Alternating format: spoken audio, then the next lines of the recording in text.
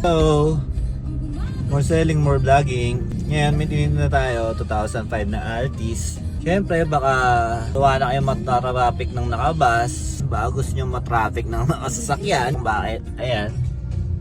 Ngayon, meron tayong 2005 na Altis. Kung gusto nyong makaramdam ng vintage feeling, gusto nyong bumalik sa mga 2000s, eto, tama sa inyo. Tingnan nyo yung steering wheel.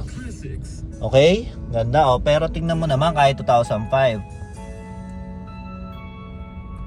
59,000 lang yung tinakbo niya. Tapos original mileage yan, kahit scan nyo pa. Tingnan mo yung head unit, mababalik ka talaga sa nakaraan. Oh, nakita mo yun? Plus, dapat marunong ka mag manual.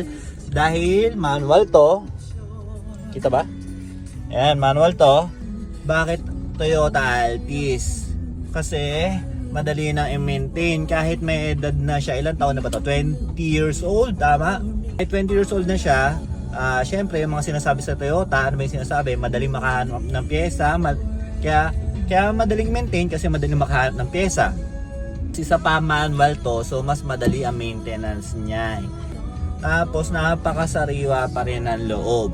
Pero lahat to original paint, walang bangga, walang tamang kahit ano, hindi nabaha, tapos nakarehistro. Mache-check nyo naman din sa LTO kung okay.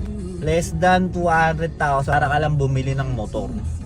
Okay, tapos relax ka, syempre malamig ang aircon, nag-radyo ka ng mga unang panahon. Alam mo yung feeling mo na hindi mo alam kung anong sounds. Lucky Peak, alam mo yun? Diba? Tapos pag may nakita kang magandang kanta, yun, tuwan-tuwa ka na. Eto yun, makukuha mo yung feeling na gano'n. Ako mo? So ayan, tingnan mo, sobrang lamig ng aircon. Nilagyan ko pa ng paa, 25, tapos nilagyan ko pa nilalamig na kasi ako. Ha? Okay, check mo. O, lahat siyang gumagana, working yan. Vintage na vintage. So yun, check nyo na lang din, message nyo ako. Less than 200,000 to, ha? So yun. Thank you.